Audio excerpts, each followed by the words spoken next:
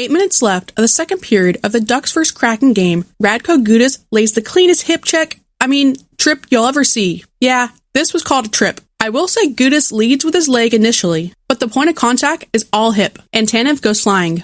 Hip checking is a dying art, and Gudas is one of the best at them. The NHL has gone soft, so not only should the Ducks not have been shorthanded, but they should have been on the power play for the retaliation on a clean hit.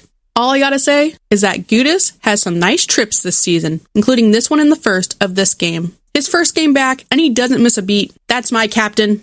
But anyway, in today's NHL, that's a trip, so the Ducks go shorthanded. Then Fowler would take a cross check, and the Ducks would go down 2 men for 1 minute and 8 seconds. The Ducks would kill both, giving them momentum, and then Leo Carlsson would get the Ducks on the board. He kicks the puck between his legs to himself and snipes it for his 10th goal of the season, and his first since February 29th.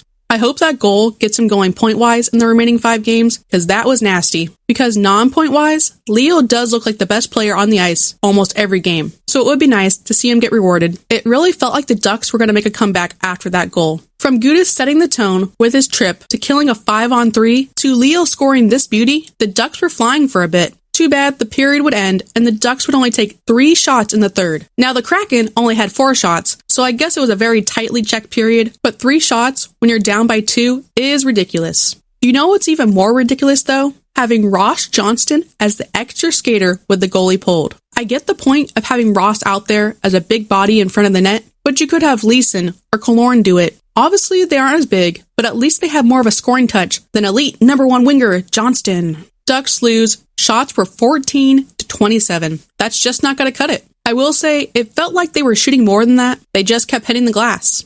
Probably the biggest thing to come from the end of the game was Zegras benched. 7:25 of the third was Zegras' last shift. Now, according to reporters and Cronin himself, this was because he asked off because of an equipment issue, which holds true because you can see him getting work done here. The only problem I have with this is that Zegras missed his next shift with the Toronto and Strome. Maybe he was still dealing with the equipment issue at the time, but all I know is when the goalie was pulled, Z was sitting with a leg over the board, ready to go, and Thompson told him to sit back. Cronin said that Zegras was supposed to be the second unit over the board with the goalie pulled. But guess what? That didn't happen because the Ducks took penalties towards the end of the game. So do I think Zegras is benched? No, I don't think so. But it shows you should put your best players out there when you have the chance, because you might not have the chance next play. Of course, this was all heightened because of Cronin's latest comments on Zegras. I feel like this quote needs a whole separate video because there's a lot to dissect from what Cronin said, so like and subscribe if you want to see that. But yeah, this whole situation is just frustrating, just like this game. This was a winnable game for the Ducks. They played a strong first period. Just Lacombe doesn't tie up right stick for Seattle's first goal.